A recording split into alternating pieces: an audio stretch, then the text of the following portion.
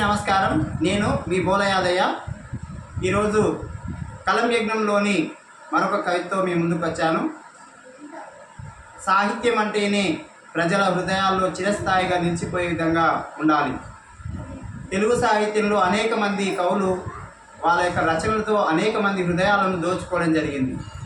మరి సాహిత్యం రాసే ప్రతి ఒక్కరిని కవులని అంటారా, లేకుంటే మరి ఇలాంటి సాహిత్యం రాసేవారిని కవులు అంటారా అనేది ఒక సమస్యగా ఉంది.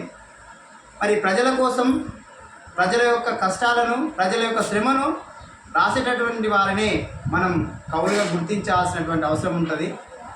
అట్లా కాకుండా మరి అవార్డుల కోసమో రివార్డుల కోసమో కవిత్వాన్ని రాసేటటువంటి వారిని మనము కవులని చెప్పలేము. మరి ఆ సందర్భంలో నేను కవుల మీదనే ఒక విమర్శనాత్మకంగా రాసినటువంటి ఒక కవితను ఈరోజు మీకు చదివి వినిపిస్తాను. నీవు కవి ఎట్లయితావు. కవిత యొక్క శీర్షిక నీవు కవి ఎట్లయితావు. సన్మానానికో సత్కారానికో, మెమంటోకో శాలువాకో, రాజీపత్రానికో రంగుపత్రానికో తలంచి ప్రజల పక్షాన నువ్వు నిలవకపోతే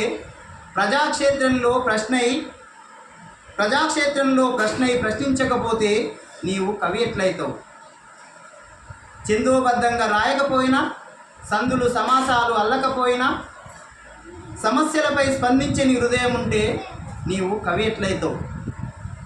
రూపశిల్పాల కన్నా వస్తు ప్రాధాన్యతనిచ్చి ఊహల్లో విహరించిన వాస్తవంలో నిజం కాకపోతే సాహితీ విమర్శకుల లోకంలో నీవు కవి ఎట్లయితావు.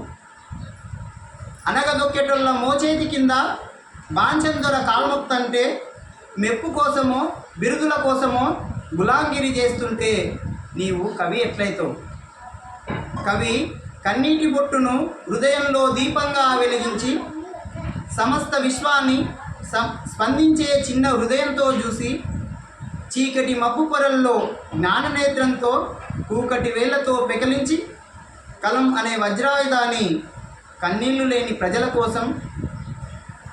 లేని ప్రజల కోసం ప్రపంచం కోసం కదిలిస్తాడు.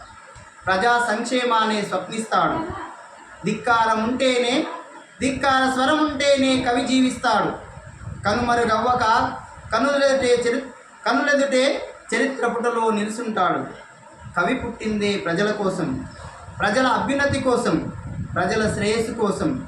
తన కోసం పుట్టినవాడు కవి ఎట్లయితాడు. కళలు వర్ధిల్లాలి, కవులు చిరకాలం జీవించాలి. ధన్యవాదాలు.